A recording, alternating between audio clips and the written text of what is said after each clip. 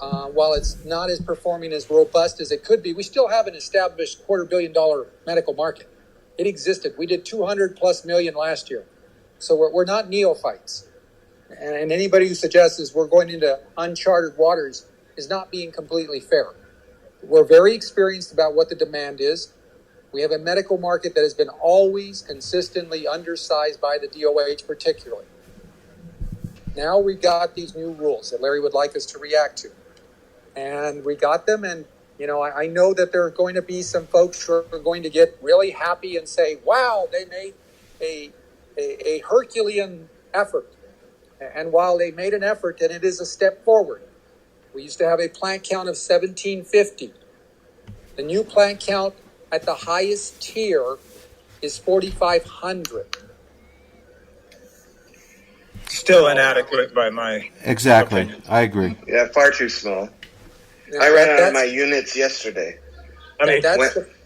That's the point.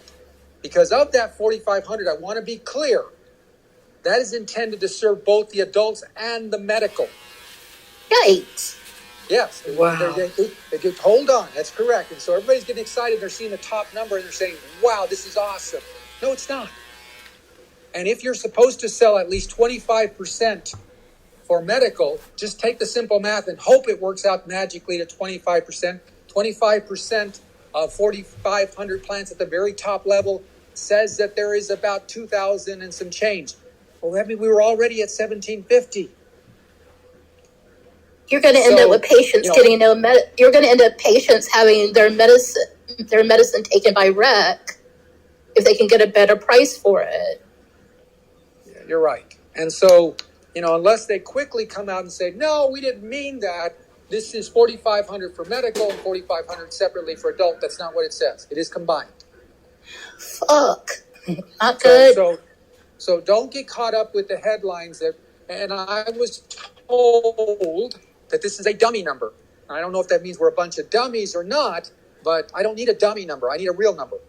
And so, and the work hasn't been done by the consultant, which they said that, see, you must have substantial evidence, and the substantial evidence must support the number. They said, well, that work isn't done. So I do hope this is just a placeholder, and the new number will be something more. So I'm not going to crucify them quite yet, but I'm not also going to be dancing in the street saying that this is a miracle, because it is far from a miracle. This is a step in the right direction, but we are a long ways. This doesn't answer the question of purchase limits.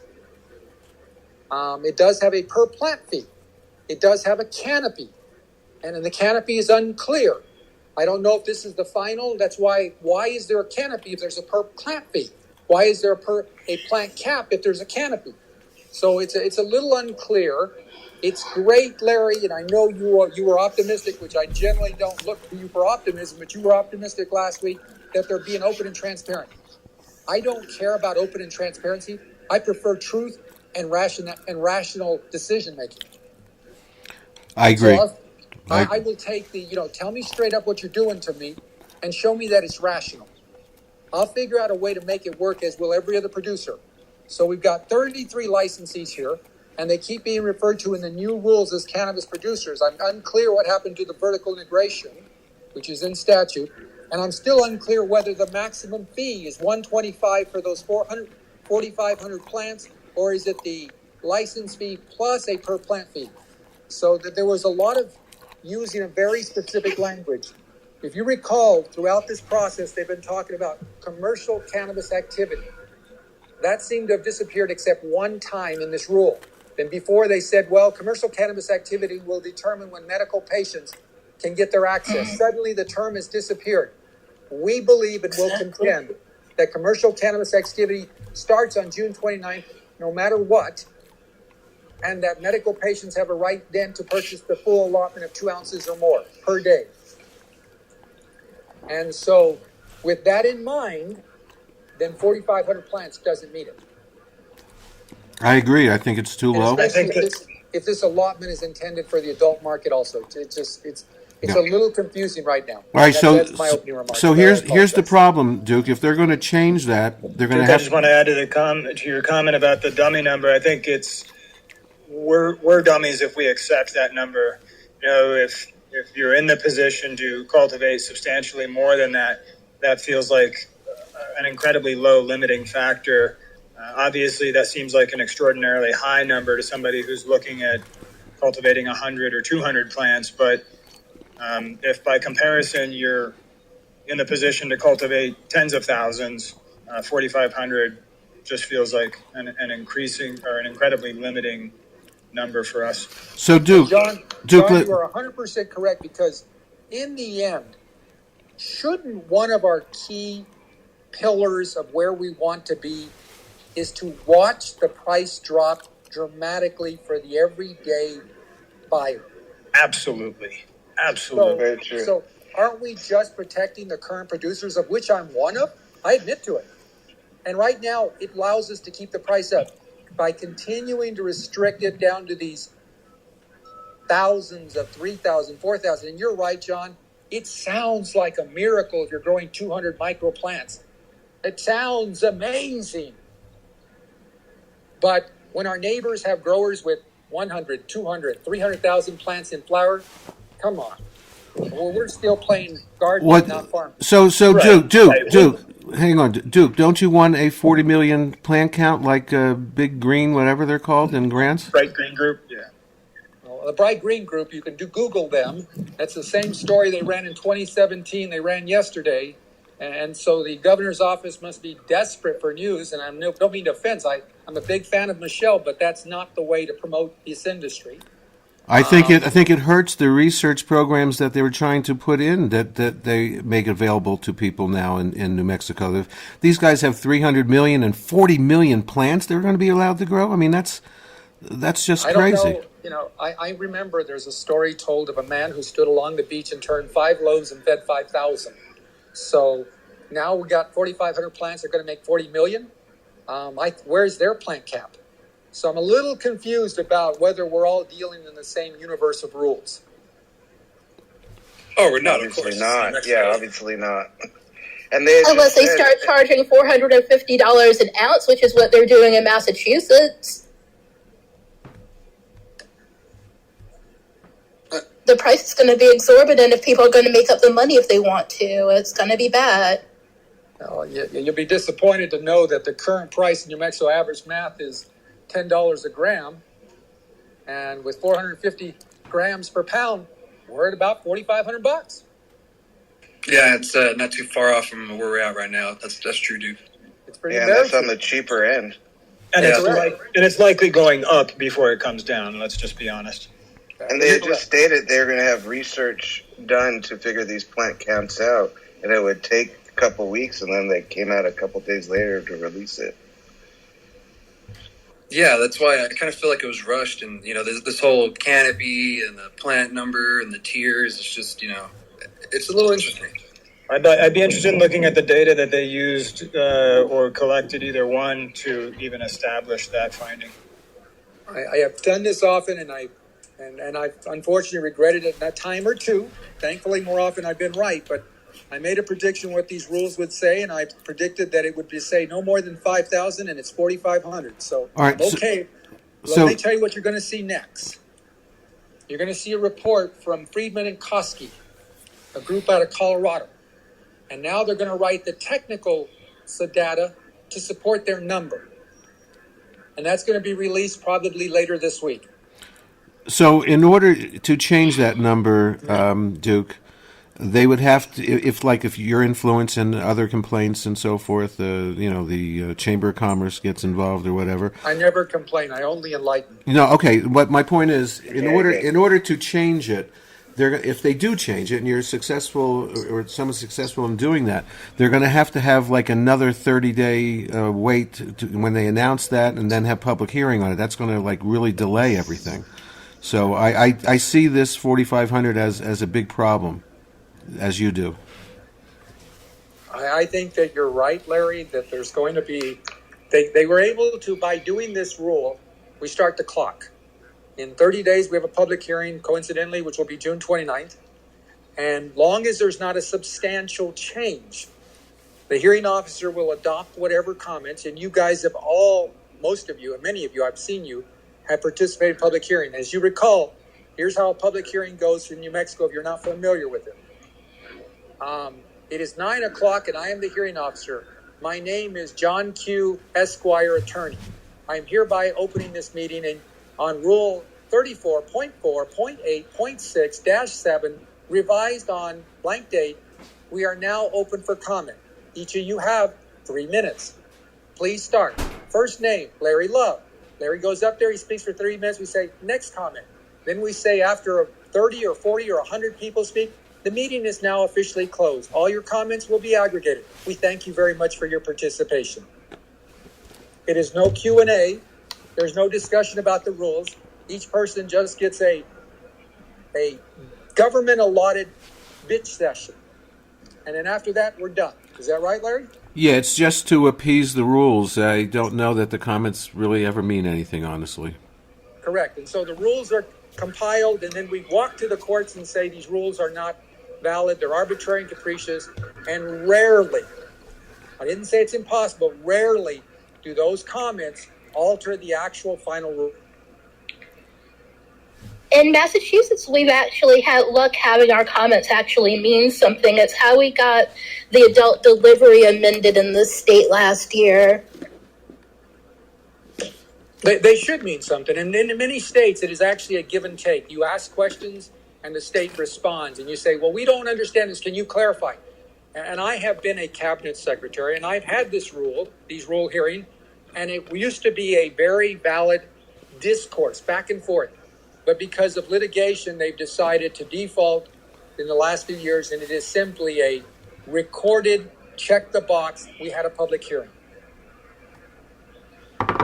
I agree, Duke. I mean, I've been in on those many times, and that's how it goes. I mean, they just sit there, they take notes, they act like they're interested, and then they say see you later, and then next thing you know, nothing changed. It's literally the same thing. Yep.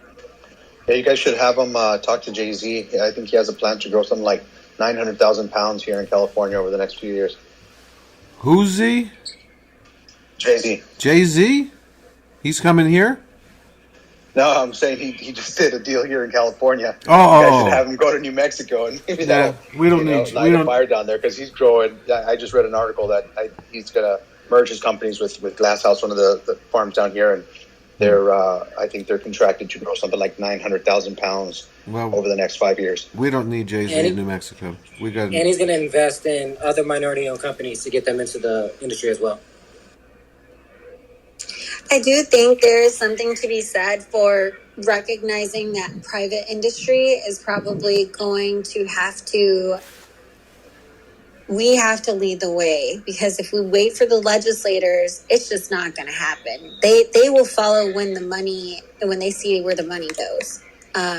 Otherwise, we're experiencing a similar issue here in Texas. I don't want to derail the combo and talk about Texas. But as far as making things happen and changing things, what I've found is the only way to really do it in the South is with money or by running for office.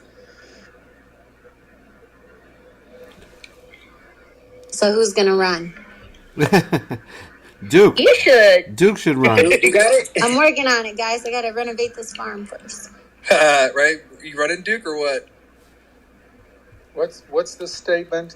If asked, I shall decline. No,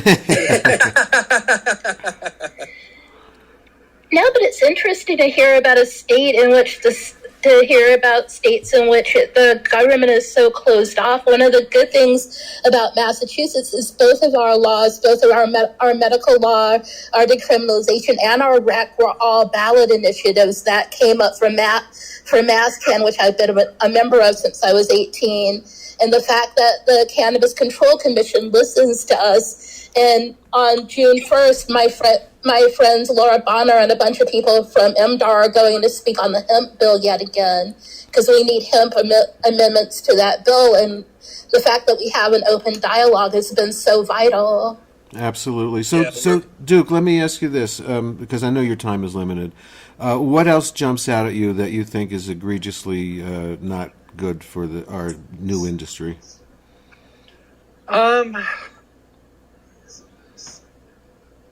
These were very rudimentary documents, so there's not much in there.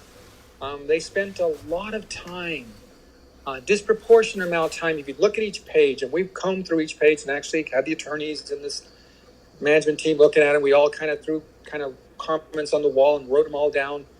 If you start splitting it up and you flip the pages, I would tell you the most pages were about cameras, about security, it's continuing this belief that, this dangerous plant is going to harm so many people that you better just have these cameras and data record retention. That's not going to drive the value proposition for buyers, for consumers, for patients. Exactly.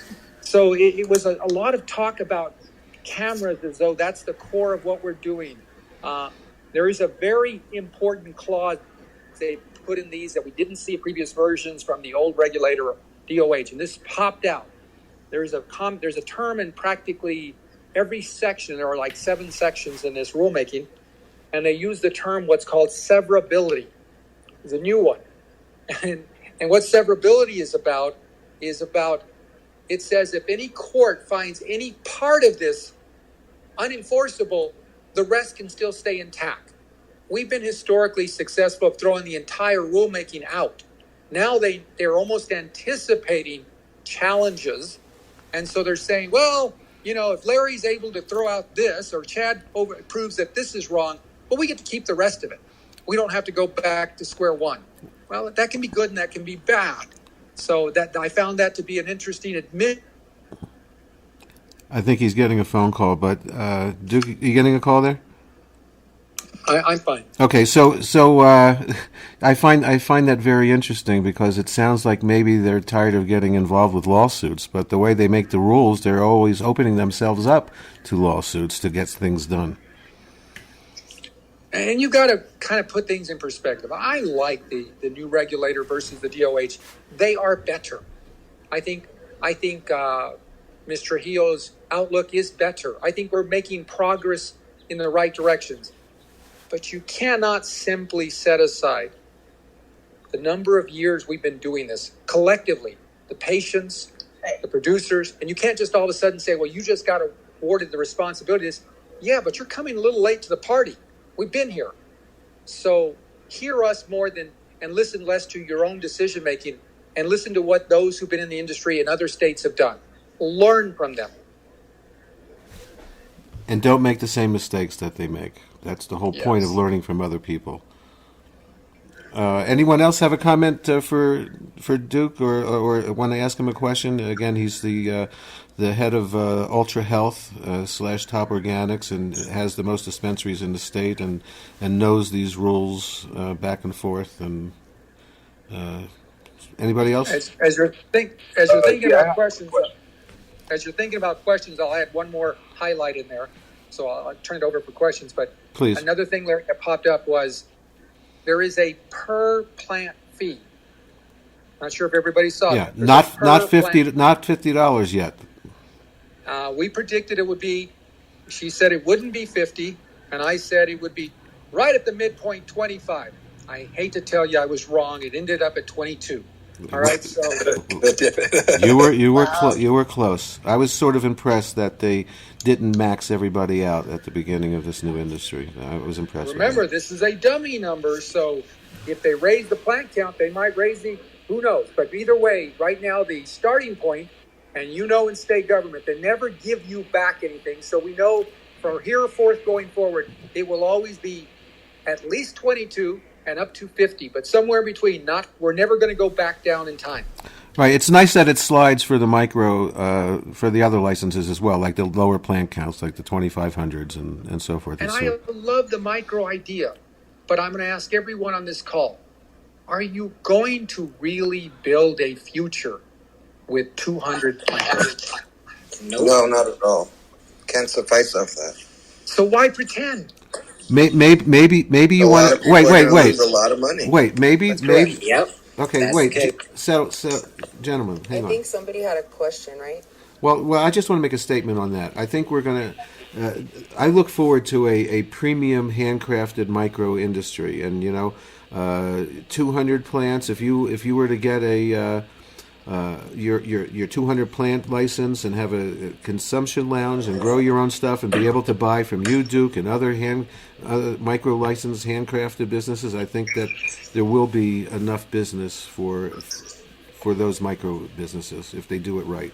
If they're going to turn out crap, well, then they're going to be in trouble.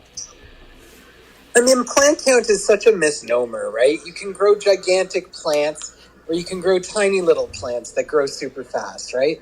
And I think, if you look at the Canadian model of who's the most successful here in Canada, surprisingly, the most financially viable and financially successful companies are the ones that are growing very, very small grows, right? We like to look at craft as being the craft producer because they're better, but they're also the smarter, more nimble producer who can actually become profitable in a much more viable way. So I think that, plant count's a bit of a misnomer. It is. So, speaking about plant count, I'm going to just jump in and ask my question. I have a couple people out in the area where I'm at who have PPLs, one of the like that. Since the bill is getting ready to change and get rid of the PPLs, how is the DOJ going to handle those people? I know their growth will be done by the end of the month. So, what's going to happen with those? Are they now criminals or what happens? Well, everybody's going to be allowed to grow 6 plants. So the PPLs are gone under the Department of Health because they're and that's where they were licensed from, us as patients, we as patients. And so... Well, I get that part. So what I'm saying, I think you might have misheard my question or misunderstood it. My question is the people who already have them, say for instance, they have multiple PPLs in their property. So then that gives them 24 plants minimum that they want to grow as far as flowers. If they have those going right now in a light death situation and they're not going to be done, how are those people going to be handled? They're going to be out of compliance because because you're only going to be allowed to have 6 flowering plants, 12 if there's 2 people in your household. So they're going to put some people in jeopardy who were abiding by the medical PPL rules. They will be in jeopardy. Josh or Chad, you guys are PPL guys. Do you want to comment for Assad on that? Yeah, I mean, so it will put certain, I guess, patients in jeopardy because, I mean, what we had was it 18 and 6? I can't remember. I mean, it's been so long since I thought about it. No, we're allowed. Currently, we're allowed 4. So everybody, please mute your mics if you're not speaking. So we're allowed to have 4 flowering and 12 in veg. There we go. That's what it is. Yeah. So it is going to put certain people in jeopardy. However, I don't see it being as like a huge change to a lot of things. I mean, going on, I kind of feel that patients should have the opportunity to have more plants, but that's something that we're going to have to change in the legislature because a lot of people were under the impression and actually didn't even raise concerns during the legislation. And I said this several times that the PPLs were going away, and they were under the impression that they weren't. And so that was the whole debacle reason. So what they did is they put them all together. So yeah, certain patients are going to be in jeopardy. My suggestion is to just harvest out when you do.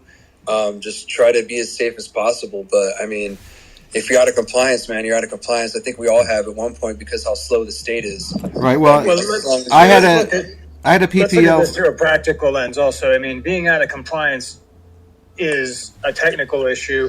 As a practical matter, are they really in jeopardy? I mean, is there any agency that's looking to, pursue them or identify them in any manner? Absolutely.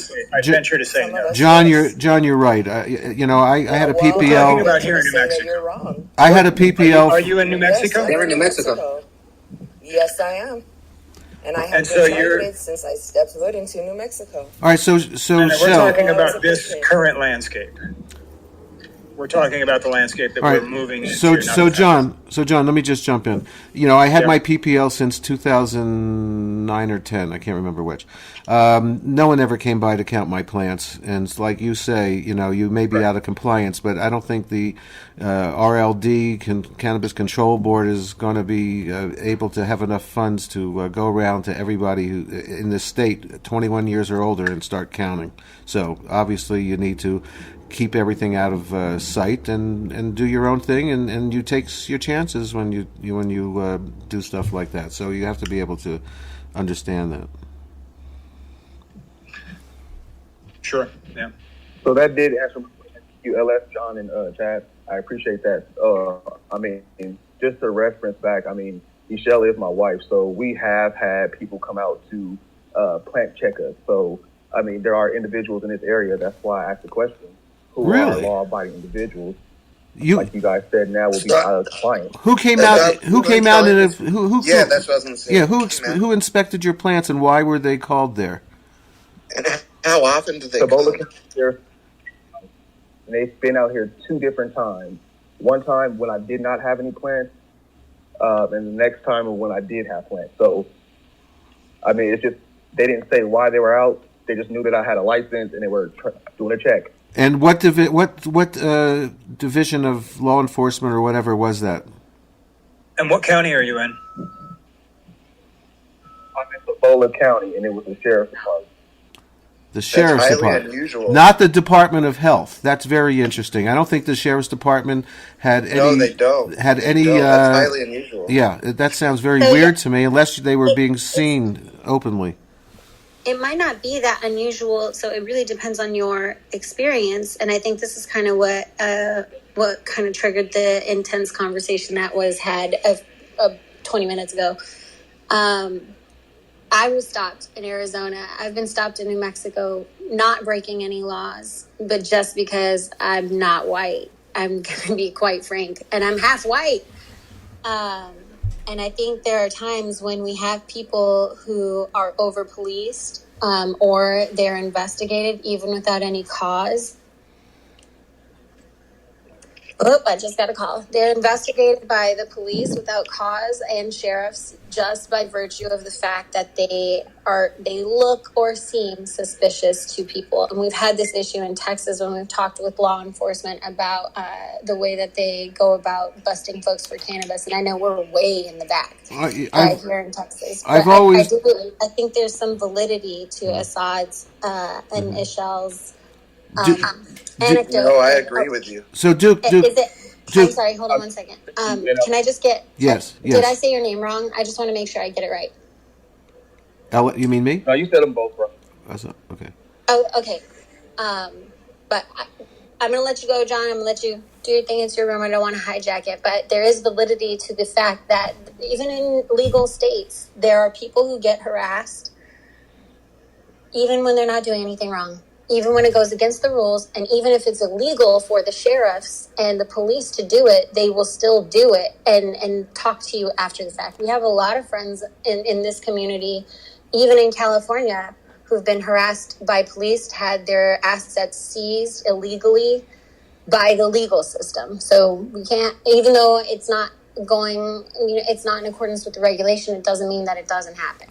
Right. Well, I just want to both clarify and acknowledge that yes, that is a very real issue, and not one to be understated or somehow dismissed. I guess really what I was saying is it an issue that really is globally affecting New Mexico? And I just don't feel like the evidence is there. Is it a real issue? Absolutely. Does it affect real people's lives in a really significant way? Absolutely.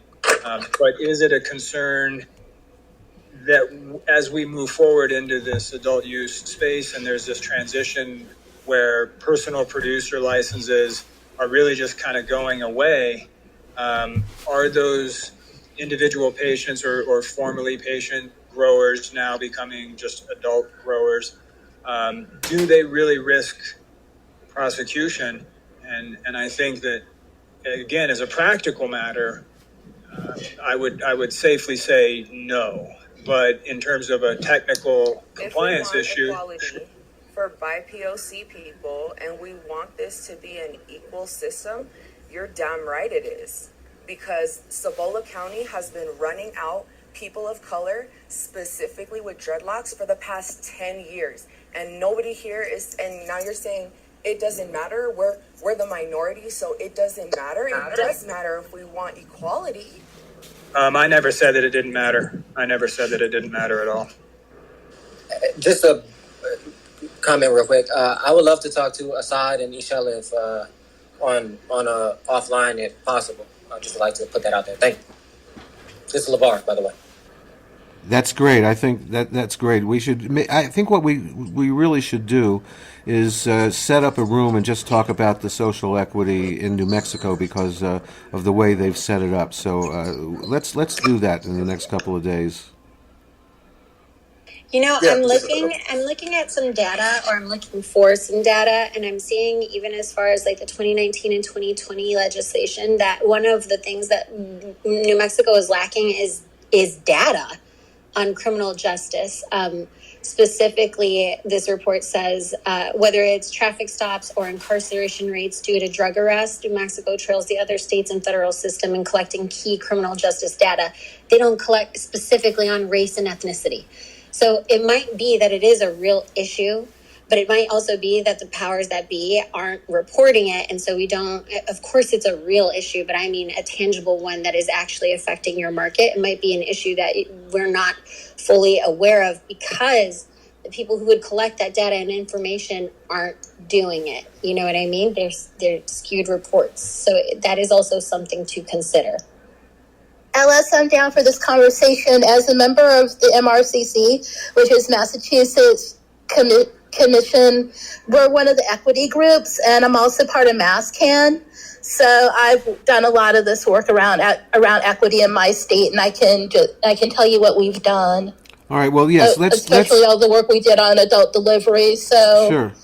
So we'll definitely do a room under the New Mexico banner here, but we'll talk about social equity in every state and which ones are good and bad, and I'll set that up. Maybe I'll coordinate with Josh and you, Chandra, because you have a lot of expertise in Massachusetts. So so let's do that, and then let's just get back. I want to let Duke go. Duke, do you have anything else you want to comment on before you get back to? Is today a Ultra Health Day or a different day? So today's Ultra Health Day. We're okay. busily trying to devise our responses to this draft. But the only thing I would add, and I don't want to hijack your conversation because I think what I'm hearing is actually very positive to hear.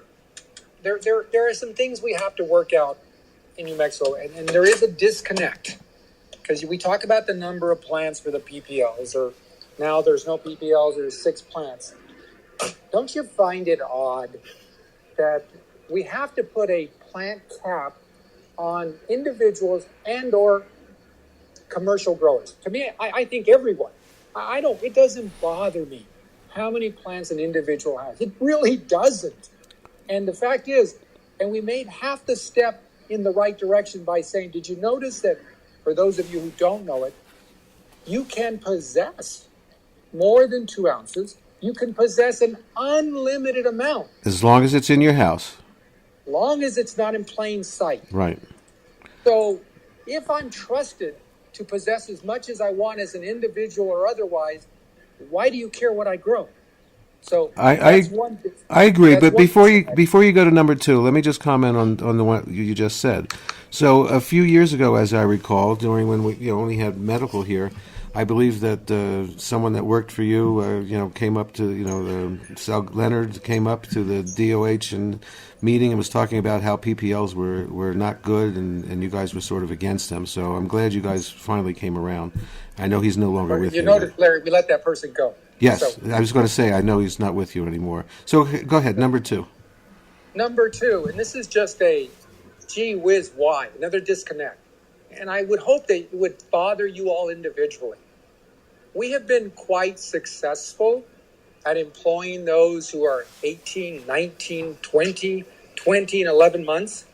These rules make it very clear that if you are not 21 years of age, you cannot participate in what they call commercial cannabis activity to us, which means basically anything related to cannabis. And that means the cultivation, the retailing, the packaging, the curing.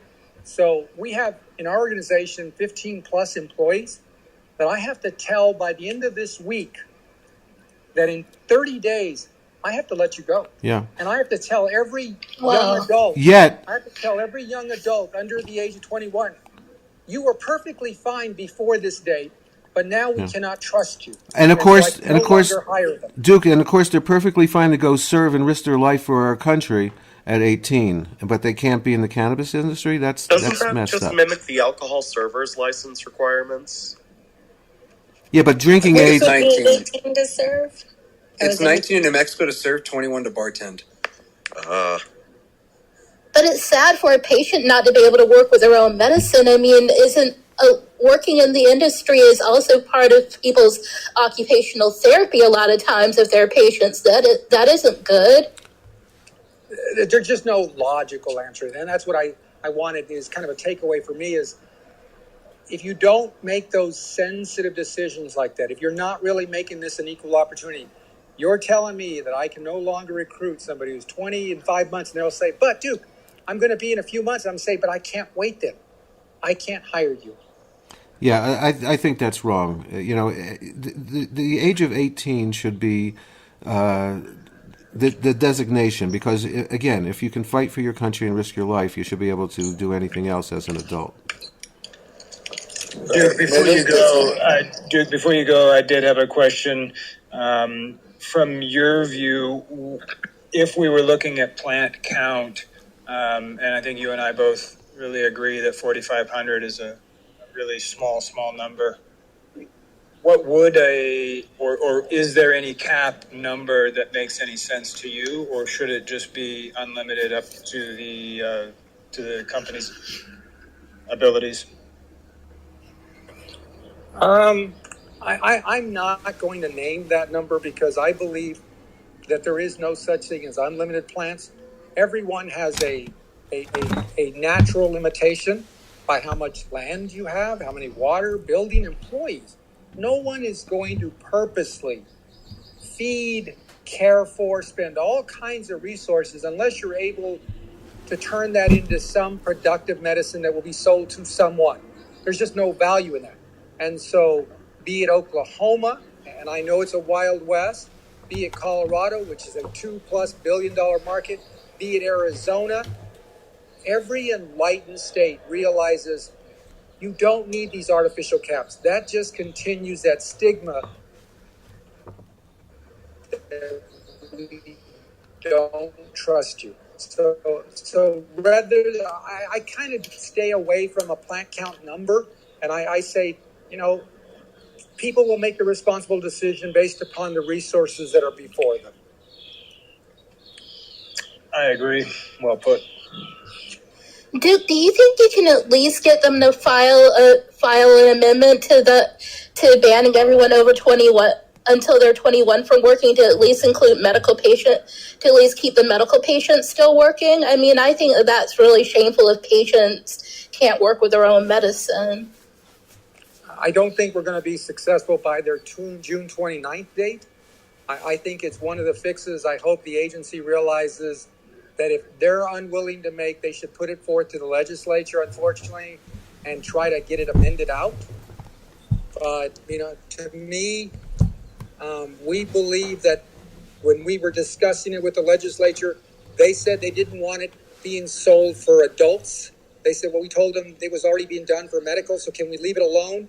And I think the wording got messed up in a crisis 2-day special session. And so I think their interpretation right now is everyone under 21 is a no-go. I think there's room for somebody to intervene, but I'm not going to bet on it, I guess. We're not gonna make any more bets today, Duke. We just have our one bet. We're not gonna do any more. That's it.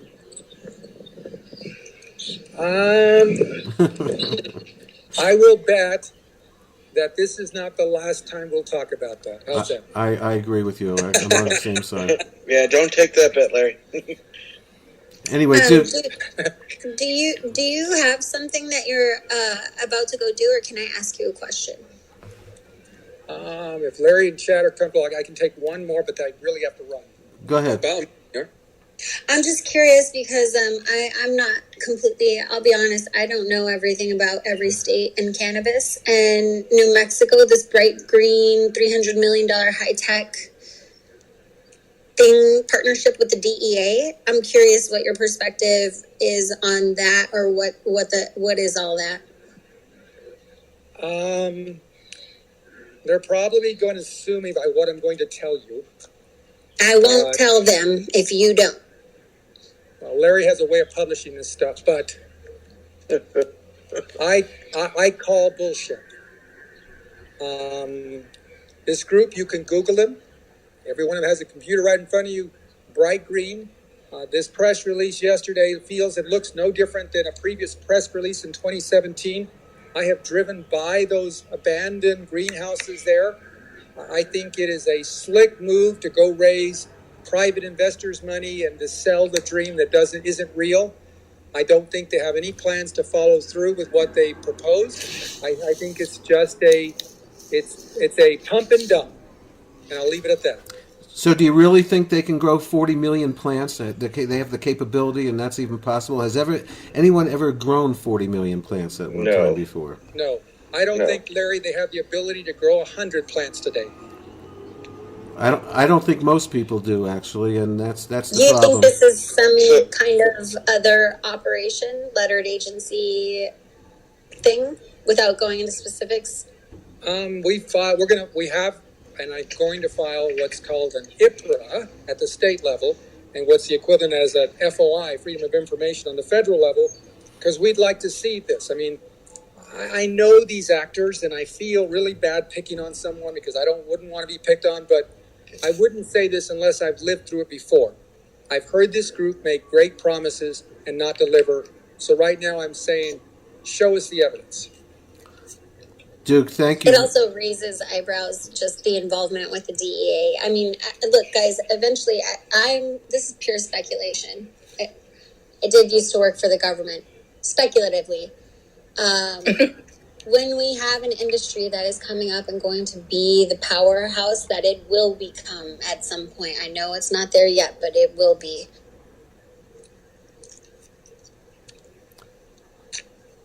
Sean, did you fade out or did you finish your sentence? Yeah, you stopped talking. The government got her. There you go. You can't mention government. Duke, that's a good one. Duke, thank you very much again. I am a little bit like eyebrow raised. Oh, sorry. Oh, now they took her away. Oh, yeah, man. It keeps kicking her off, I think. Anyway, I want to let Duke get back to work. But Duke, again, we appreciate you coming into the room. Your point of view is always definitely worth listening to. And for some reason, for the last year or so, I've been agreeing with you. So I thank you for coming in and expressing your opinions again. My only final remark, thank you for the invitation, Larry and Chad, is to repeat a very common mantra of the 80s or 70s, whatever it was. Just say no to new rules. Yes. Yeah. You guys see how I got kicked out of the room? Thank you, Duke. Have a great rest of your day. Have a good day, They took Duke. you away. Thank you, Duke. We were just joking that they took you away. First they silenced you, and then they disappeared you. Telling government secrets. Why do you think I grew my hair and my beard? Because you didn't want to look like you're 14.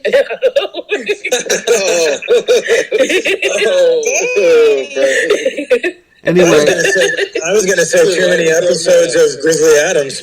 Anyway, I want to thank. Cold-blooded in this room. I want to thank Sean for her comments, and Chandra. You're very knowledgeable about what's going on in Massachusetts. LeVar, all of your points have been taken, and Assad and your wife, well taken, and it's an issue that still needs to be talked about here. So, and Albert, your perspective from California, and Daniel, this is all good. Anyone else? August, do you have anything you want to jump up and say, or are you just listening today? Yeah, I'm listening. Does anybody have any idea or comments? Because he's talking about 200 plants, and that's not enough. And I heard you kind of respond, Larry, but I think that's a conversation that people should have. Okay, well, the 200 plant thing is the micro licenses. Okay, look, you could have a micro license and grow 200, get that license and grow 200 plants and smoke it all yourself. I mean, you don't have to be in business, I don't think. So I like the fact that they also tiered it to 100 plants that you could grow for a $500 fee. You can have 100 plants for a $1,000 fee. You can grow 200 plants, and then it goes up from there.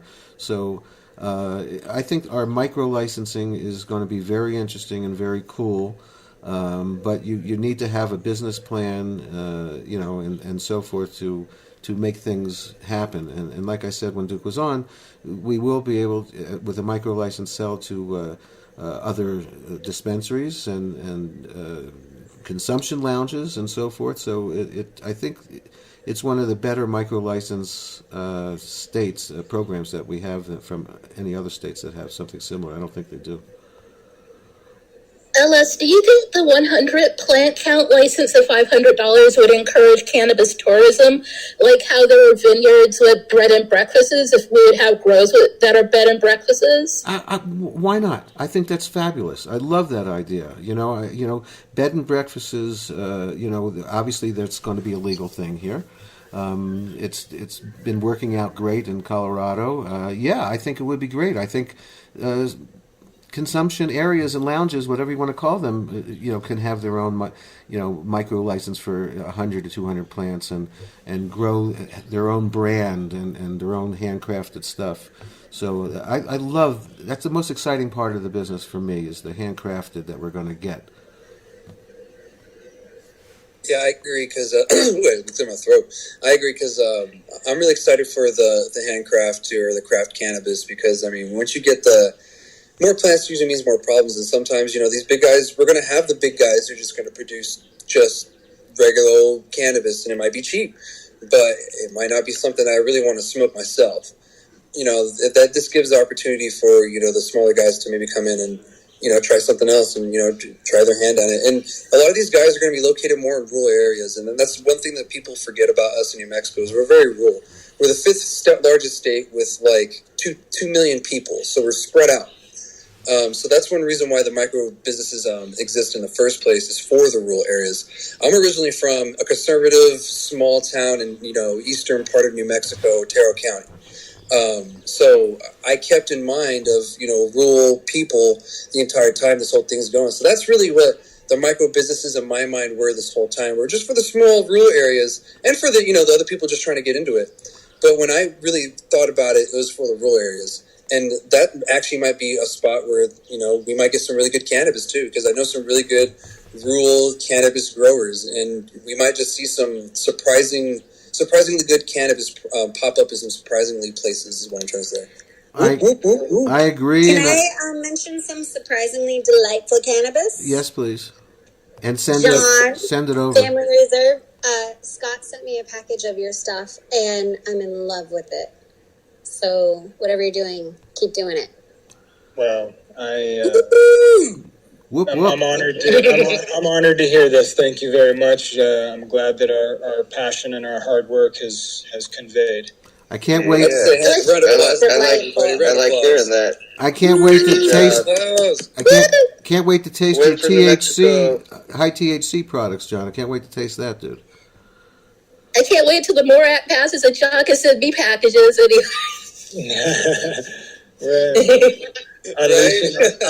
Unleashing our type 1. Our type 1 was the focus many years ongoingly before shifting into hemp. So I think that it's fair to say that those are skills and passions that we brought into the hemp space. We didn't just show up and start doing it that way.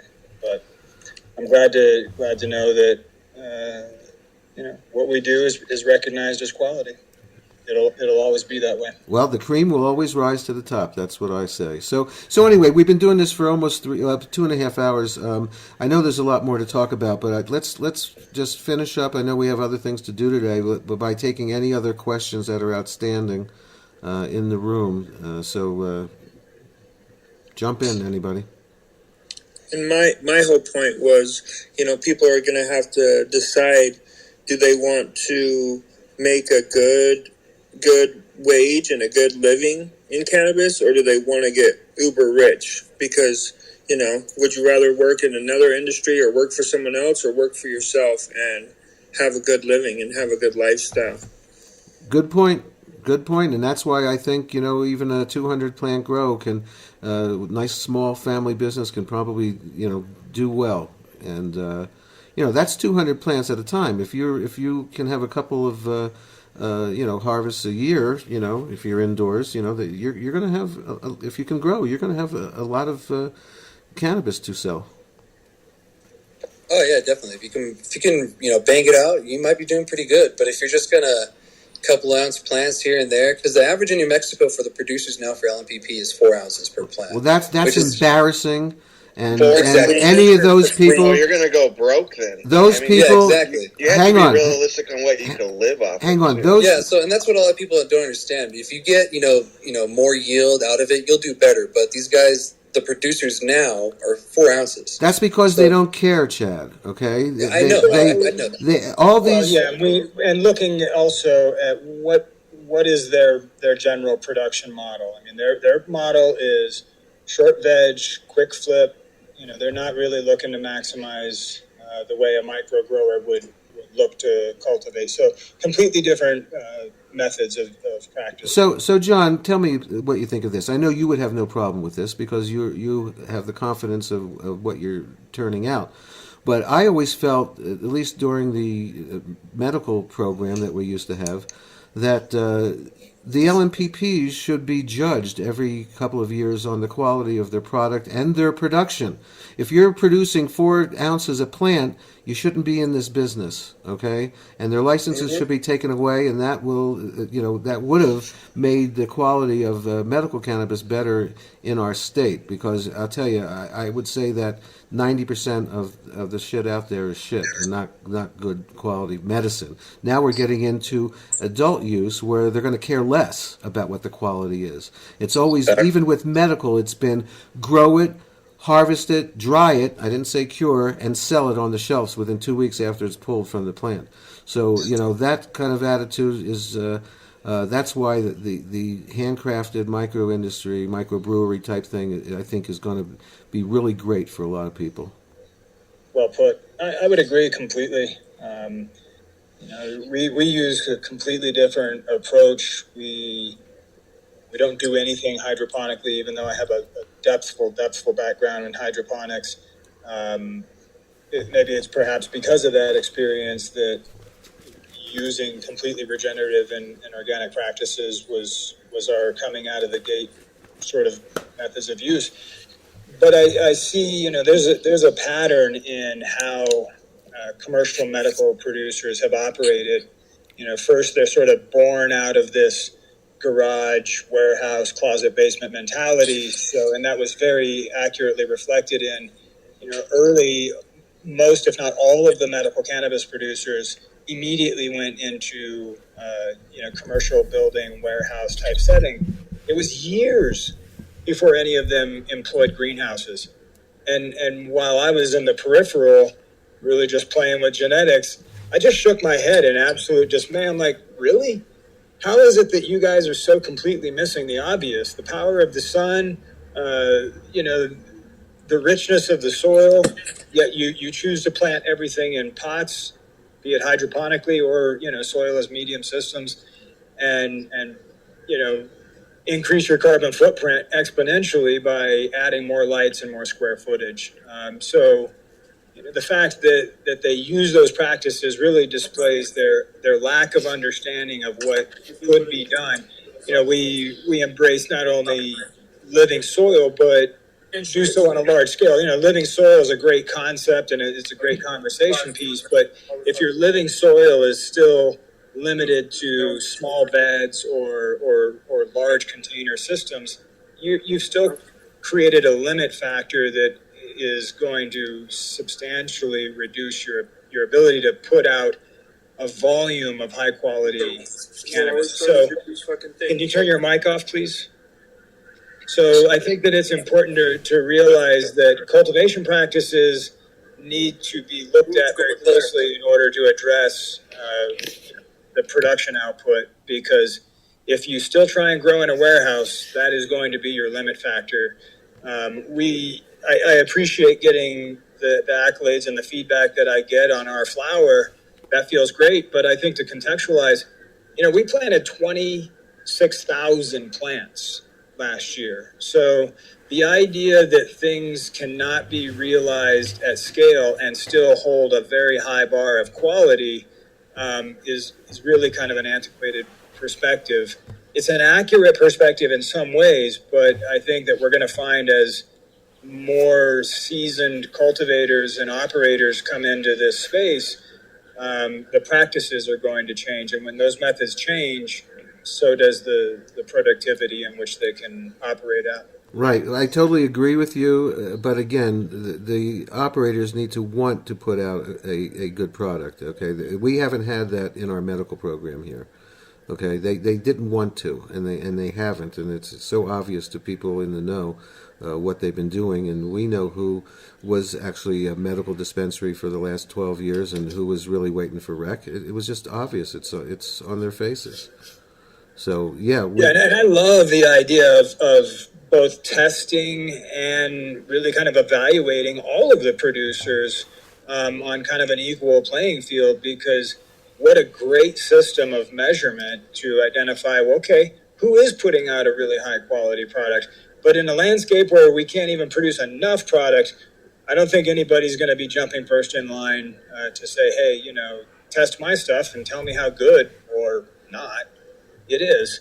But that would be a great system. I'd be first in line. I would love to see that. And I think, honestly, cultivator to cultivator, people would probably want to know, how do they measure up? Yeah. Well, unless they know that they suck, and then they won't even show up. That's exactly. So I'll tell you just a quick funny story. So, 10 years ago or so, I tried to get the licensed nonprofit producers to have like a competition, a cup to judge their stuff, and they wouldn't do it. None of them wanted to do it. Yeah, and that did plague us for the longest time, was just the lack of anyone really wanted to have integrity and have a good product for us. They just knew we had to buy what they had because that's all we had. And I can't wait until that mentality changes, when there is actual competition of people who know how to, grow cannabis. So I agree with John, that it can be done, but in New Mexico, it just hasn't yet. And so that's just kind of where we're stuck. Go ahead, Colin. It's here, and some good data I can share from the last 5 different cannabis seminars. We've had over 500 attendees, which I know sounds low, but past COVID, it's pretty high for an in-person event. But out of most of the clients I've been talking to and some of our consulting clients, the majority of the people that are coming to these events want production licenses. They aren't there for retail licenses. And a lot of these folks have been bringing their samples with them and their products already. And we are definitely going to see some amazing growers come online and become legal through this new process. And I'm so excited to see that, because as many of us know that have been a patient or worked in our state's industry and suffered through it since it began all that time ago, we really have so much room for improvement here in New Mexico.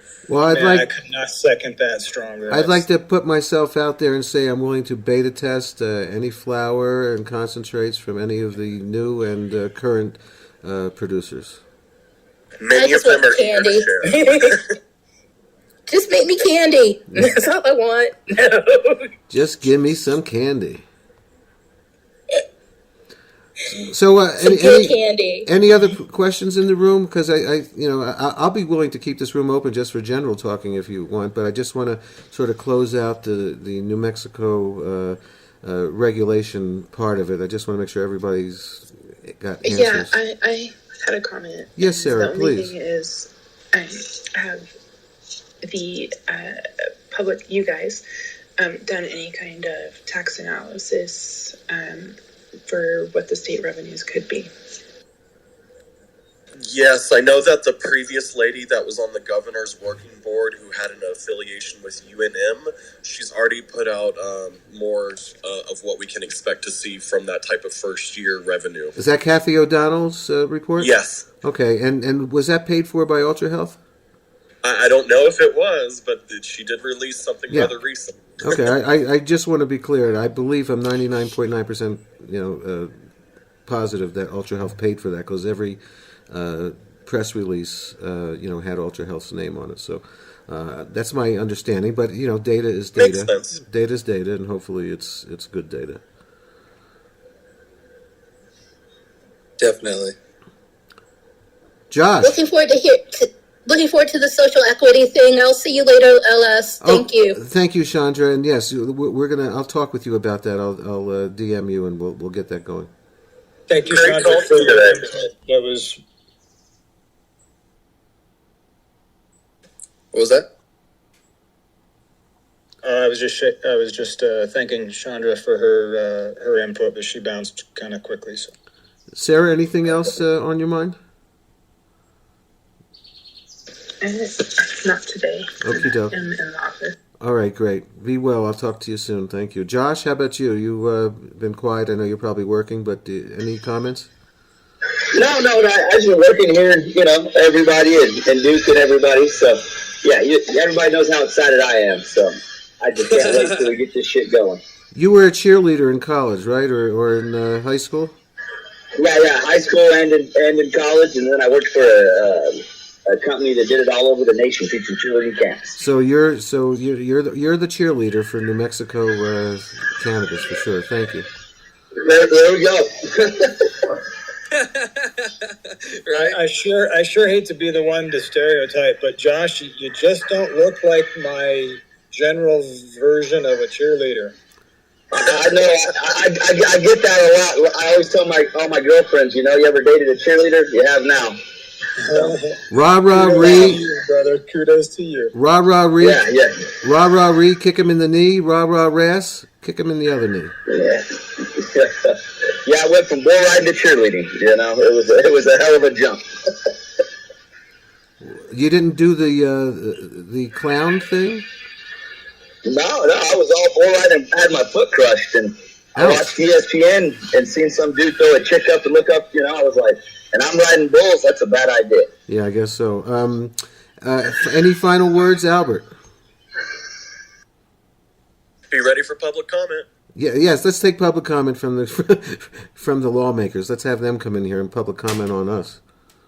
It'd be great to have a room with lawmakers. I mean, if someone could have connections with lawmakers and make them aware of this, that'd be great. Because I don't know. I don't live up in that up north, so it's harder for me. I don't think they're aware of anything. I've been watching one of them online through social media, and I'm quite interested. One of them's getting rather political online. It's kind of fun. And who would that be?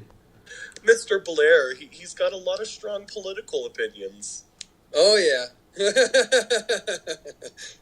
Yeah, he does. They're from my neck of the woods. Yeah, I mean, I like, this room where it went today, to be honest. I understand it kind of got off topic for a second, but, that'll be for another conversation. The conversations that it wasn't really off topic. I think it was really part of what we're talking about. Well, that whole conversation can have just a whole conversation on it. Absolutely. So that's why I wanted to steer it in that direction.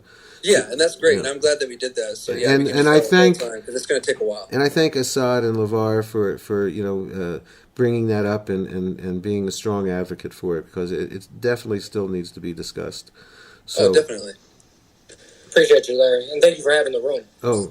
Chad, to spark that conversation. Absolutely. Well, Chad, and the rest of us, we try to stay on top of everything that goes on here in New Mexico.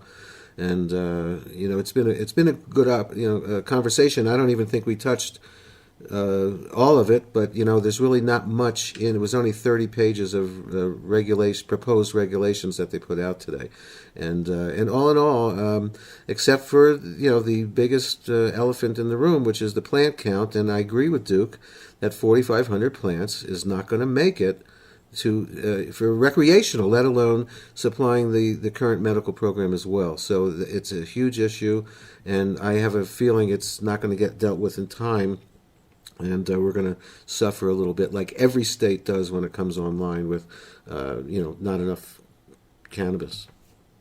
Oh yeah, and I mean, every state historically has pretty much, almost every state, has almost ran out of cannabis, or has ran out of cannabis the first week. Just historically speaking, I mean, that's just how it's gone down, and we're not going to be immune from that one bit. I give us the first few days. and then we're maybe the first 2 days, and then we're going to run out of cannabis. And we're going to have our own growing pains too. And yeah, we're just going to have to soldier on and drive on with the mission with it. And that's just how it's going to have to be. It's a part of the whole growing process of this industry. Hey, I just want to quickly thank everybody for their valuable input. I'm going to go ahead and dip out before my phone dies and just ejects me anyway. But thank you. Thank you, John. Everybody. Thank you, John. Get back into the soil, dude. Enjoy your day, John.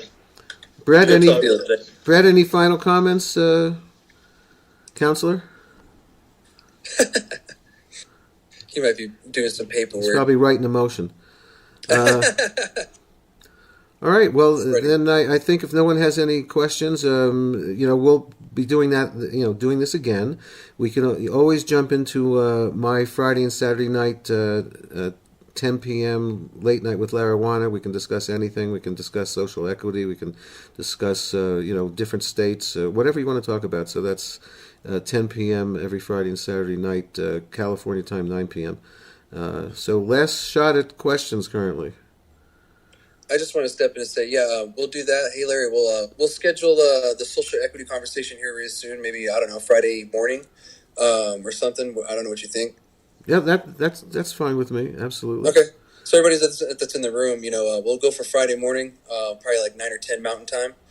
And then I'll make a schedule. Just keep close look at the New Mexico cannabis room because this is going to be dealing mostly with the cannabis industry for the most part. And I'm sure we'll get off to other conversations too with it. But yeah, we're going to be focusing on social equity because that is a really good and big conversation that needs to happen in all states, and it's one that needs to happen here again in New Mexico. Absolutely. So if anybody else has any questions, I didn't mean to stop you there, LS. But if anyone has any questions, raise your hand or whatever.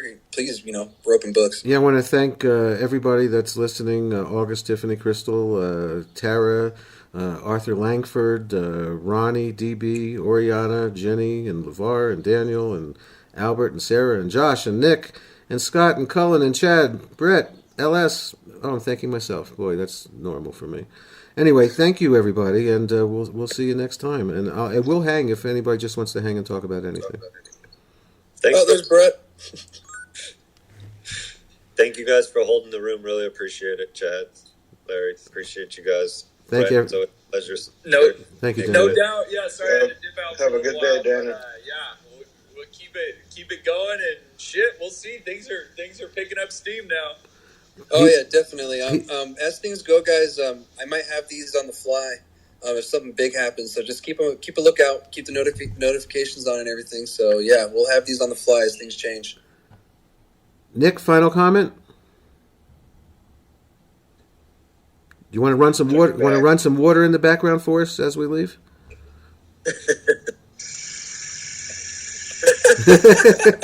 That's Nick's signature sign-off, by the way, everybody.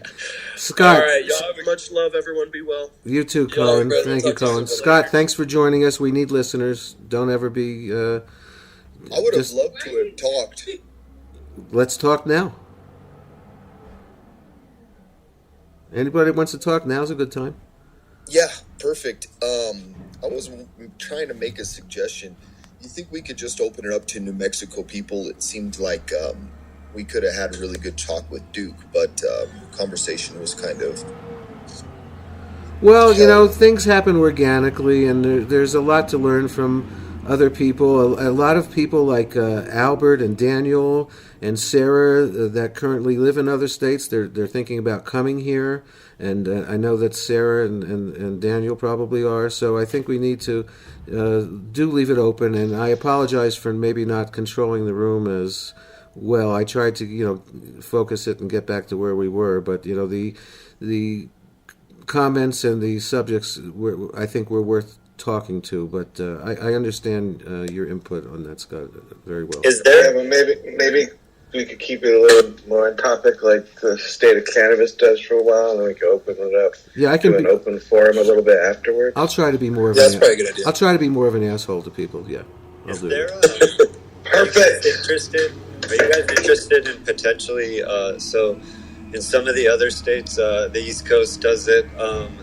There's World Cannabis Foundation. So some of these groups on Clubhouse have gone to a Slack app in order for us to build a basically like a communication point for us all. So, and then you can put in the rooms on there to notify, but basically we could set up room, just different sections for general questions and that. And to go to Scott's point, you know, we could have a section on there for questions for like, you know, having a Duke honor that we could put so that, you know, someone could have those or we could have those gauged. But something to think about, possibly putting a Slack room, a Discord, something that we can communicate pretty That'd be flawless. awesome, Daniel. Like a breakout room. I'm down with Discord. Can you help us spearhead that, Daniel? To be honest with you, I absolutely will. I have a buddy that has set several of them up. I will get in contact with him. And then on, let's say Friday, after we have the equity talk, maybe we can kind of sit around and brainstorm, or I can kind of, I've got you all on. If you guys want to send me emails, or I'll start reaching out to you through Instagram. I'm in Instagram prison, so everything I do is just kind of through a fake account. But I'll start setting that up and try to get that set up by the end of the week. I'm the same way, man. I'll be the other blank, mysterious page emailing you. So, yeah, I'll get it set up and I'll have the plan, have it up and running by next week. Great. What did you do to go to? I guess it's Instagram prison, but Facebook jail. So I guess it's more of a violation to go to prison, right?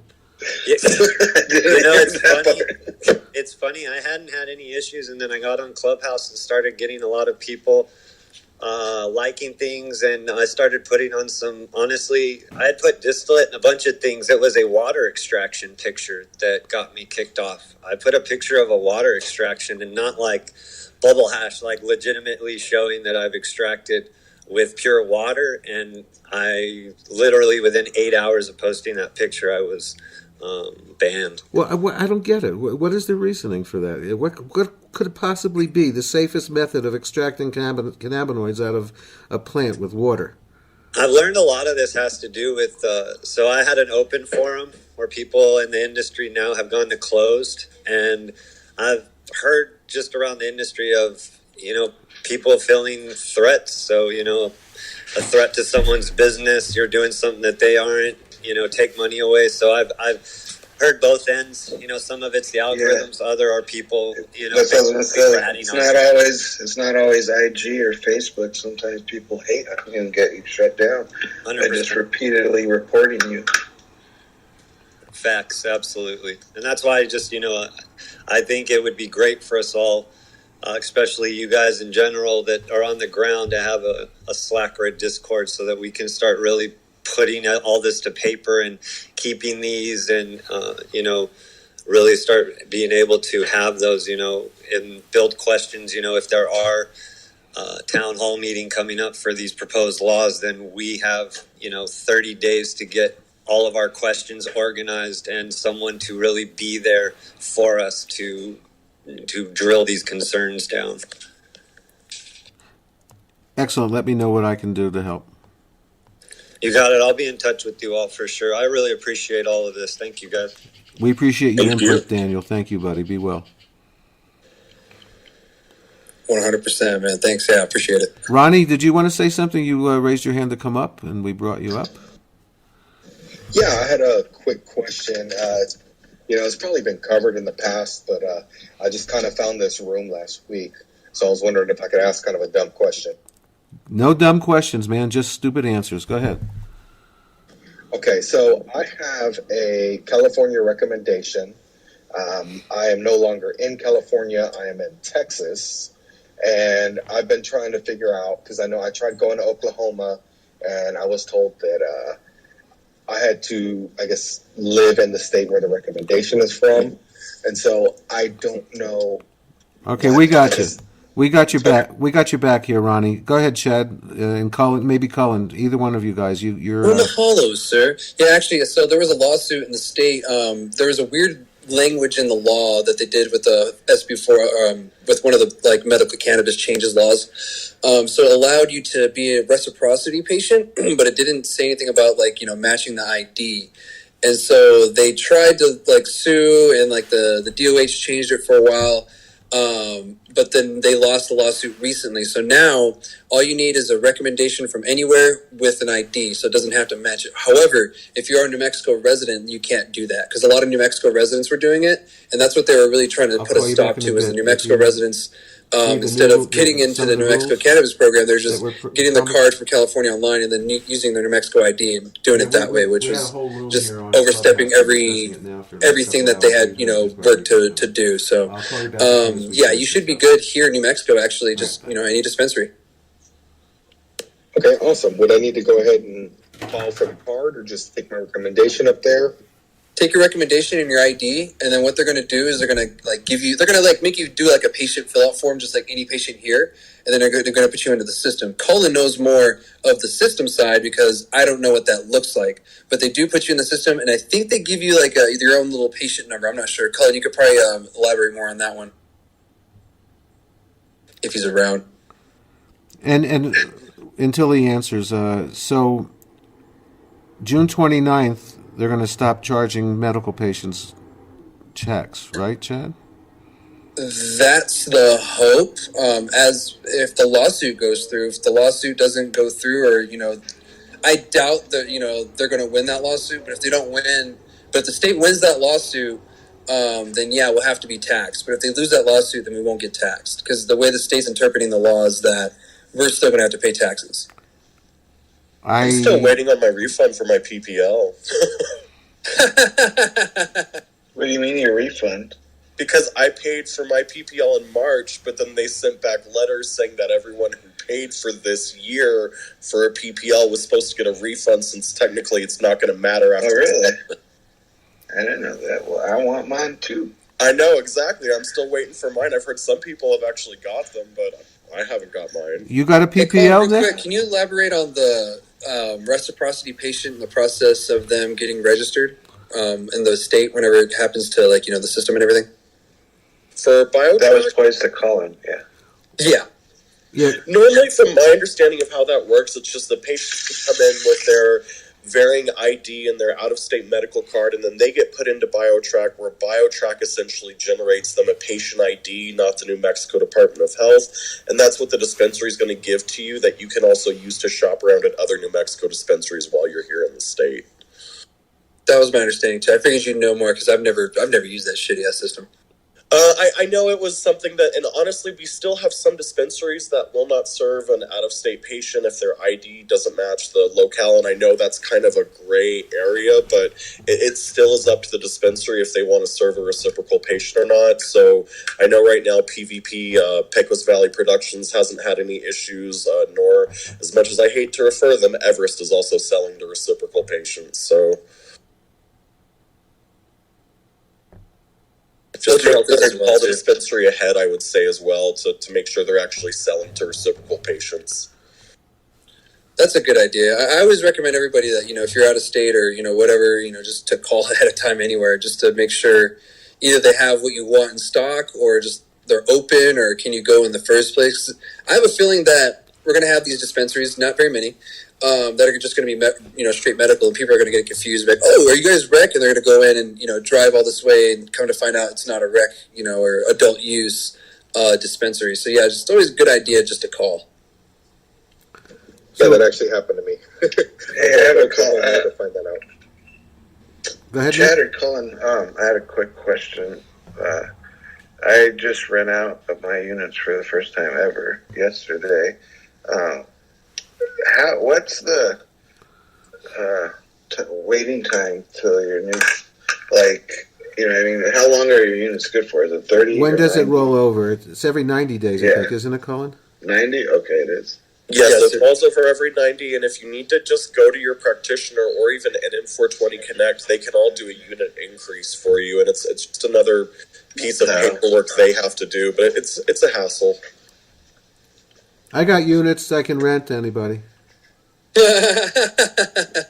we've all got some spare units usually, Nick, so if you're that low, let us know. Let's see what we can do for you. Yeah, for those of you not in this, we'll take you to the dispensary. We'll take you to the dispensary, Nick, because we're allowed to gift other patients and so forth. So, yeah, don't worry, Nick. We'll get you some. So for those of you who don't know, in New Mexico, I got a little bit less, I'll let you know. Thank you. Sorry, Chad. Oh, no, you're good. We're only allowed to purchase a certain amount from the dispensary at a time in 90 rolling days. So, and it's 230 grams, and you're kind of SOL. You can ask for it like more, but it's kind of a pain, and it's really dumb, to be honest.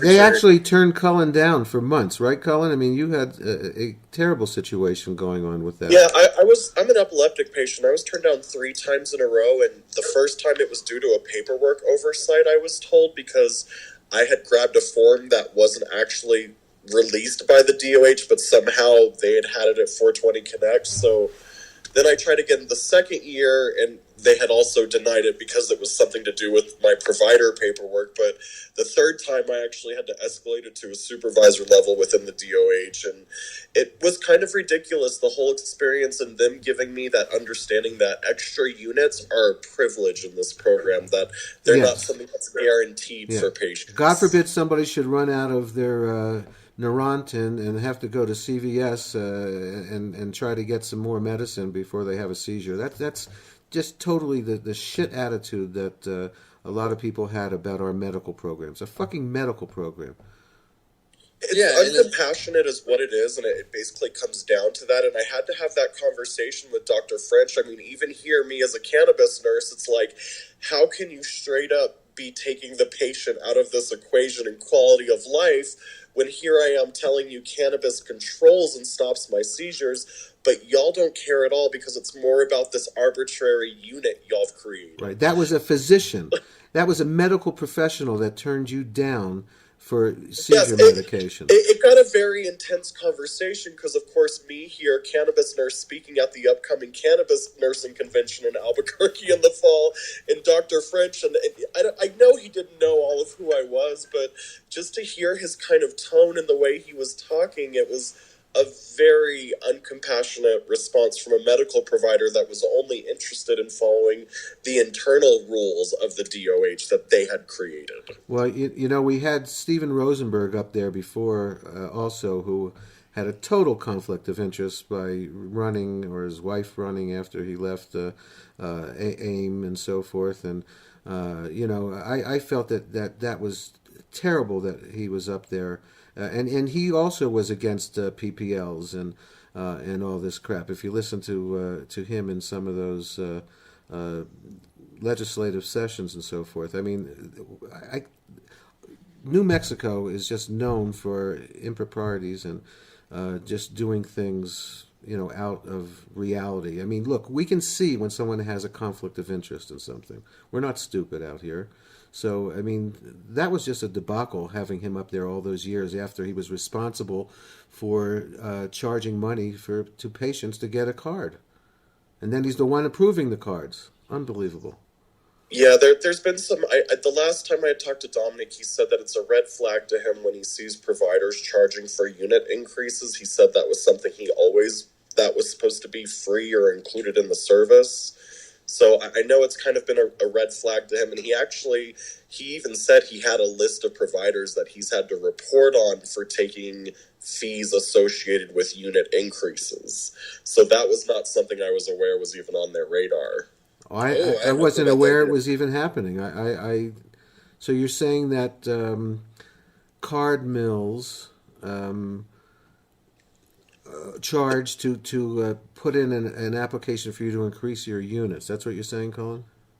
Yes, essentially card providers were charging some of them a pretty exorbitant fee to try and be able to increase your units. And it's not even a guaranteed process, of course. So I think when they found out that was going on, that people were taking double the fees essentially for a cannabis card service, that was kind of upsetting them. That's unacceptable, and offline I'll talk to you about that. Yes, because I can let you know it was actually one of our bigger card or provider services that was caught doing that. So it'll be no surprise to everyone, but it's one of those things that, yet again, we just have to be more aware of that kind of slimy behavior behind the scenes. Did it have because our medical patients built this program, and honest to God, we've got to have some kind of return to normalcy for our medical patients, or return of care for our patients. And I know we've seen care diminished and the quality of care diminished in medical dispensaries over the years. But I know, as far as myself and my team's vertical licensed operation coming, we do plan on serving medical and adult use patients and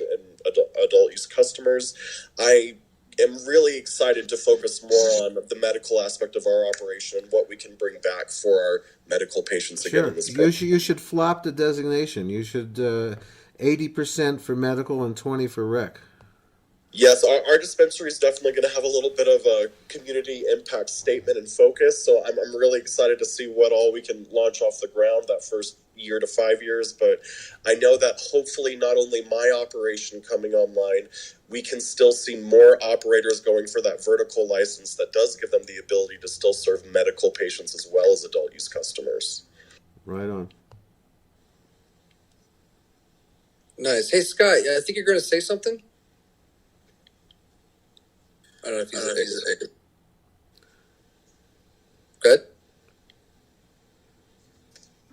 I was going to say, if anybody's out of units, I mean, you're pretty connected within the community. I kind of think just you got to contact the other growers, man, and don't worry about giving all the LNPPs, all the units. That would be tons of cash that you spent over there with those guys. It's interesting because when our program first got started in 2009 and 2010, and there were no growers, there were no LNPPs, there were no licenses, we were actually, wink, wink, told to buy our medicine on the black market. Yeah, I remember that at the very beginning, hearing about that anyway, the shadiness in the parking lots, et cetera, that wasn't cool. But I'm glad things are changing, for the better and everything. But we'll see how much more, especially with adult use coming. I'm kind of skeptical of what's going to happen next. I mean, we only know. I mean, what rules do you guys think is going to happen? Well, I think we have a big problem with the plant count. I think 4,500 is just not going to do it. I think that's going to ruin the medical, obviously, and there's not going to be enough. Just look, every other state has had the same thing happen. When they first start, there's not enough medicine or in adult use cannabis. Let's put it that way now. So I agree.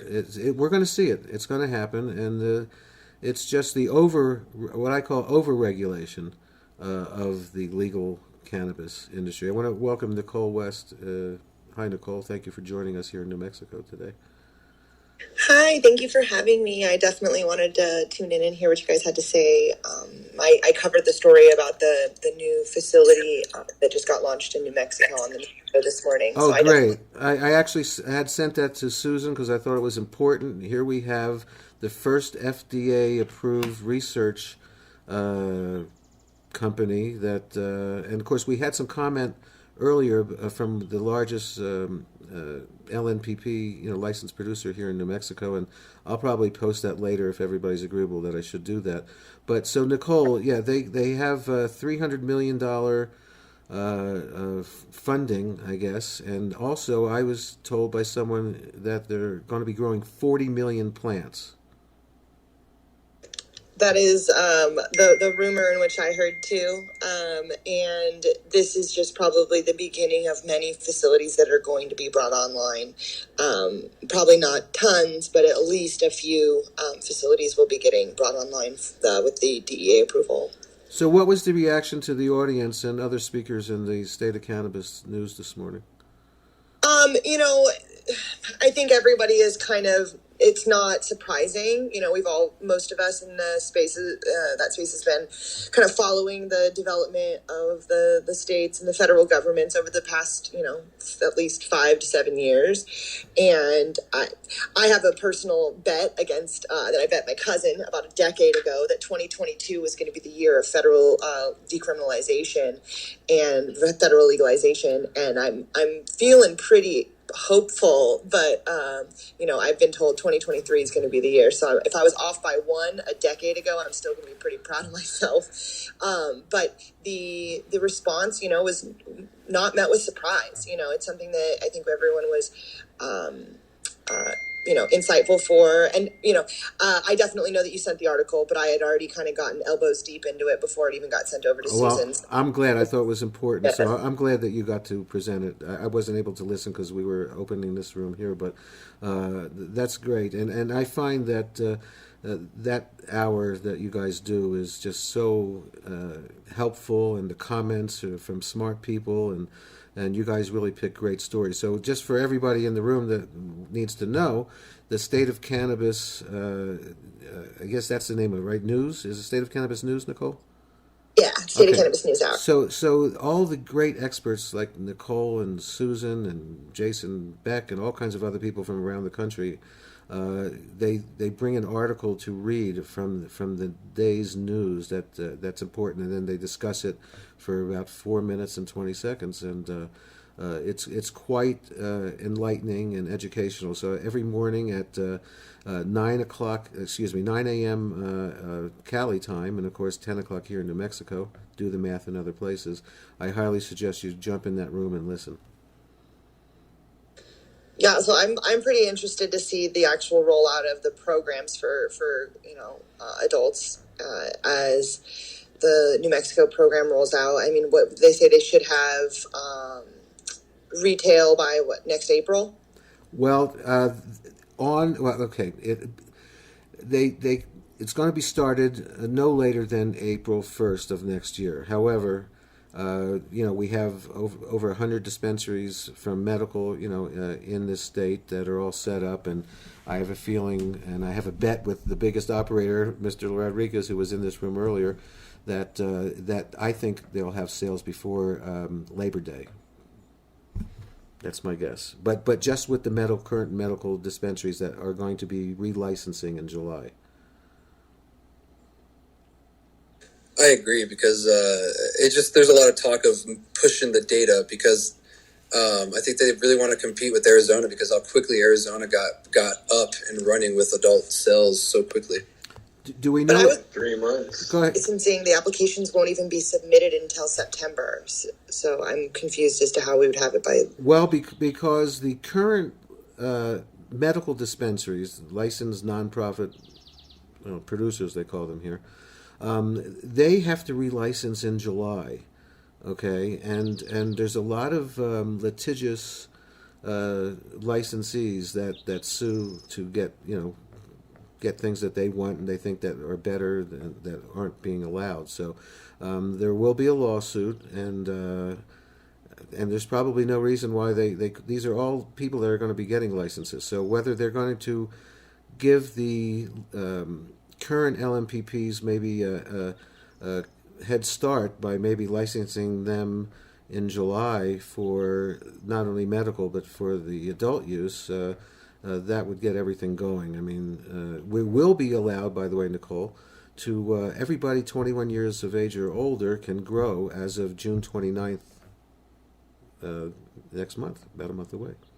So it's part of the regulations do kick in.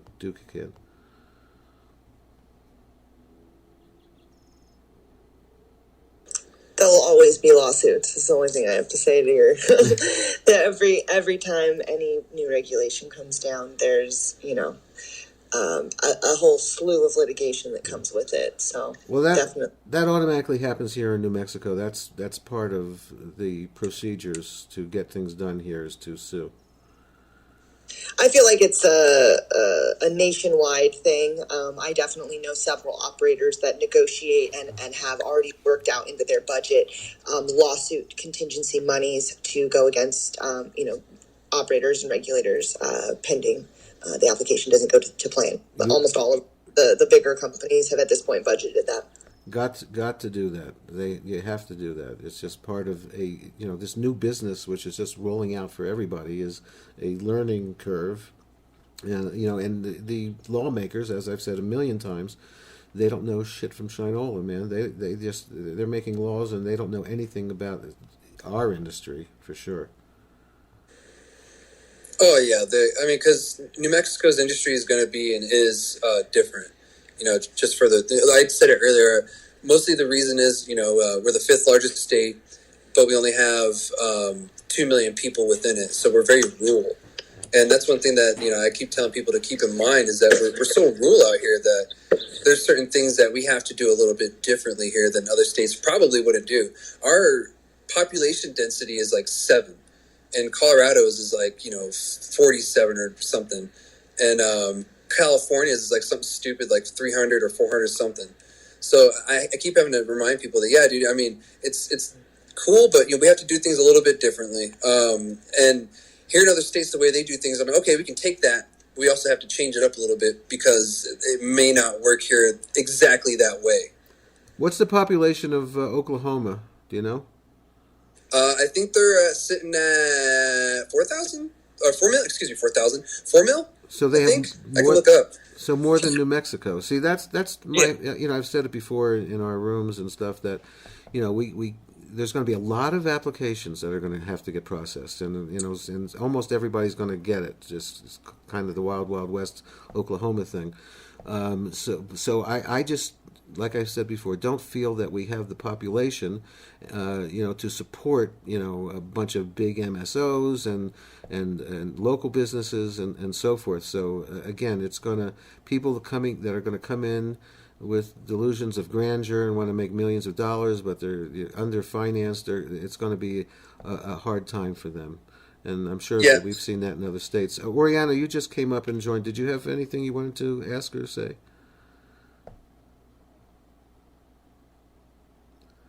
Okay, maybe. Yeah, sure, absolutely. Hi. Thanks for inviting me into the conversation. Hi. One of my questions is, I've been actually trying to start a cannabis church, thinking that I could somehow, I don't know, circumvent the church and state peace and have religious rights be upheld. But I've been having my paperwork kicked back many times for many of the different things. And so I've gone the route now of trying to see if there's a way to have the cannabis consumption lounge. And I guess what I've learned is that you must have that master license. Is it the PPL or something like that? No, you don't need that. You can get a consumption lounge for $2,500. Okay, I've asked that, and what they told me was that I must have that master license to get any sub-licenses. So you're saying that's incorrect? That's incorrect. If you wanted to have a church, you certainly could set it up as a consumption area, a consumption lounge for sure. That's going to cost you $2,500. It'll cost you $500 if you'd like to grow 100 plants and sell your product in your lounge. It'll cost you $1,000 to grow 200 plants. And then after that, you'd have to get one of the larger licenses. But you also be able to get a small micro retail license to where you'd be able to buy cannabis from other producers, their products and so forth. So you could. I'm sure you could do a church under the guise of consumption church. Okay, however, I wouldn't call it a church because you're not allowed to be within 300 feet of a church. So you might have to call it something else. Also, one thing that has come into play about a decade ago when I had my first dispensary shut down, I did try to go the route of church. And currently there's only one faith that utilizes cannabis as a holy sacrament, and that is Rastafari. Rastafari has multitudes of times and struggled over and over and over again at getting representation and recognition from the government in that, and has been over and over one of the most repressed religions in getting the representation that it needs. So due to the fact that Rastafari is the only religion on books that has cannabis as holy sacrament, which would be the thing that you would have to do, or you basically have to start your own religion, which at this day and age is basically a cult. So be very conscious. Rastafari is the only faith that currently on the books does have it, and the government is real dicks to them, like real dicks. Yeah. Okay. Well, I think I'd be up for a cannabis cult. I mean, I think many of us might. Another thing then, because I'm dealing with the DOH directly, and that's who's telling me these things. So I also approached them about being a courier service, and they're telling me the same thing about needing this other license. Are you in New Mexico?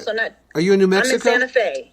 Really? I'm in Santa Fe. We should talk. But the DOH has nothing to do with this anymore. So, and they've It's been terrible, over the last 12 years, what the DOH has been up to. And when Martinez was our governor, she said she was going to turn off medical cannabis if it got to her desk. And she put the kibosh on our program, and it killed it for 8 years. And so, yeah, it's different now, Oriana, we should get together. I live near downtown. I'd love to have a conversation with you because I definitely think there's a way of doing it. But again, I don't think you can call it a church because the rules say you can't be within 300 feet of a church. Yes, and I've been saying community, so that sounds like that's smarter anyway.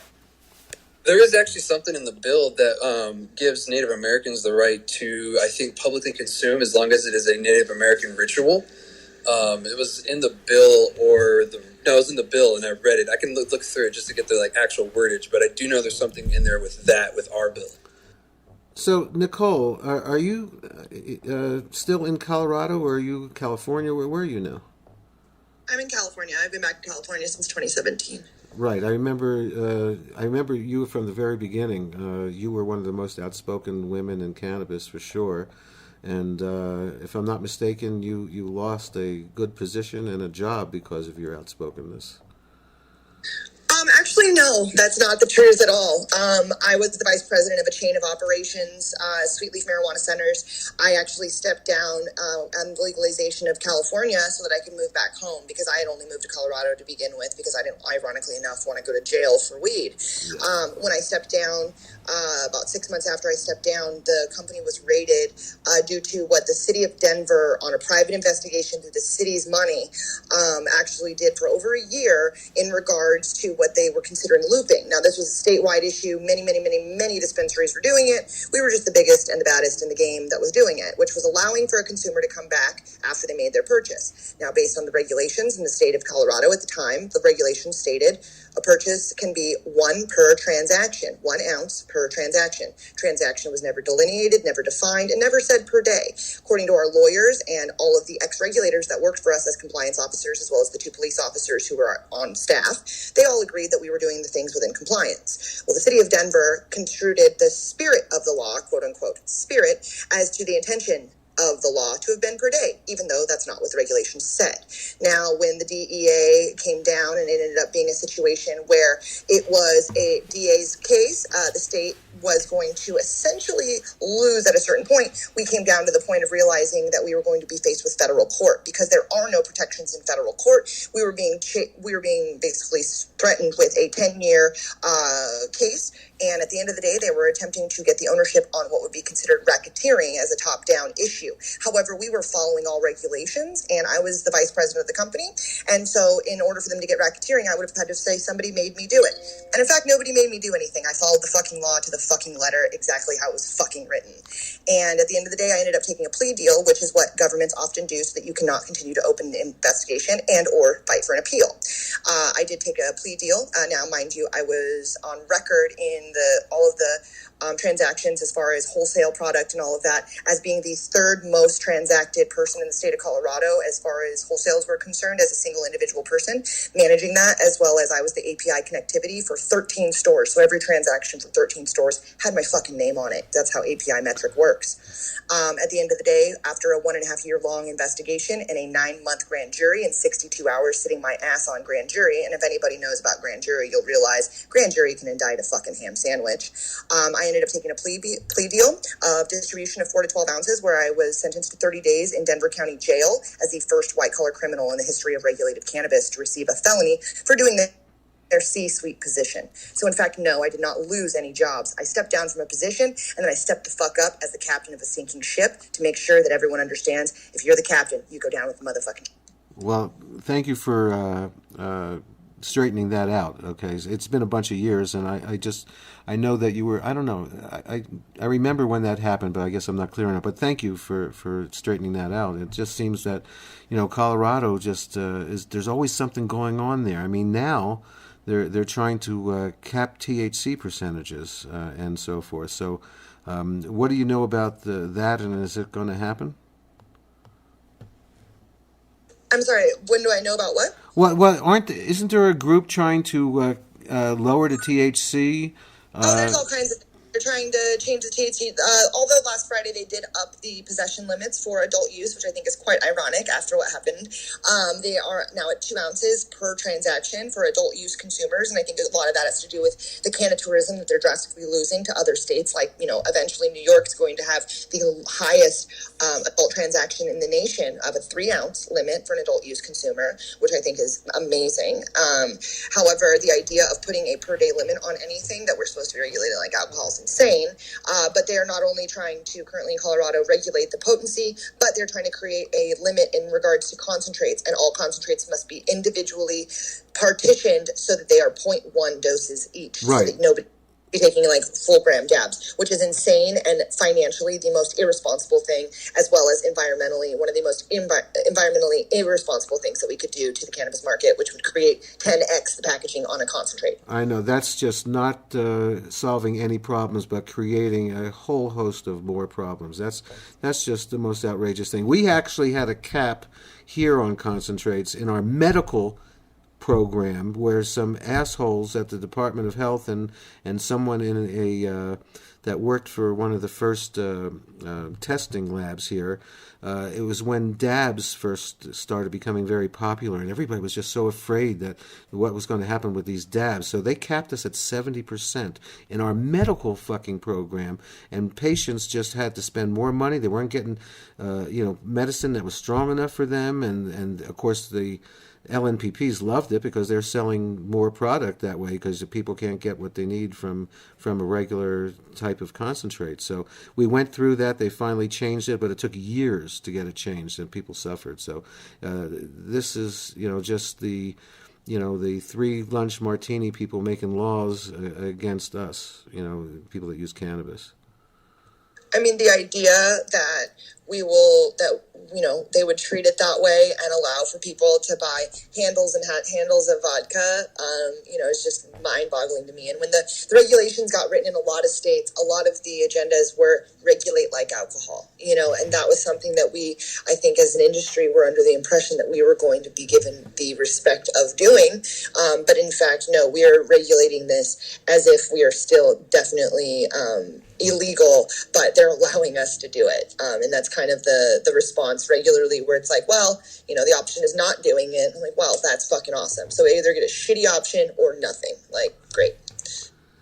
Well, it's very rare that we get to see new businesses like this in one lifetime. The computer business was new, and had this just changed everything, and now we have this wonderful industry that's getting proliferated, and again, we have to thank the medical industry, medical cannabis, for proving all these years that this is a safe product and so forth. And if it wasn't for medical, we wouldn't have where we be today with adult use. So, I mean, we need to take care of these medical patients and these medical programs, and they're disappearing. That's just, that's just what's been happening. So, but here in New Mexico, Nicole, they actually have a micro license for medical. If you want to be a medical only dispensary, you can get a lowered rate, lowered plant count rate, and actually be medical. And that's what I want to see, because the people that choose to be medical and make medical products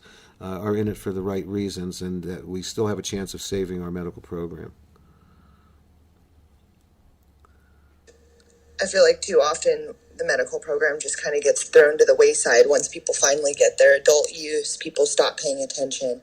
And I mean, things as simple as in California, like if you talk to people about, taxes and your MMIC or your medical identification and that sort of thing, people are so, ignorant to the opportunity and the savings for the medical programs. And it's because people are just not paying attention or spending any energy on it. And it just kind of bums me out in the bigger picture that there's not, people are forgetting how we got here, Exactly. On the backs of the OGs is a series of interviews that I'm going to be starting to do for my medical cannabis show.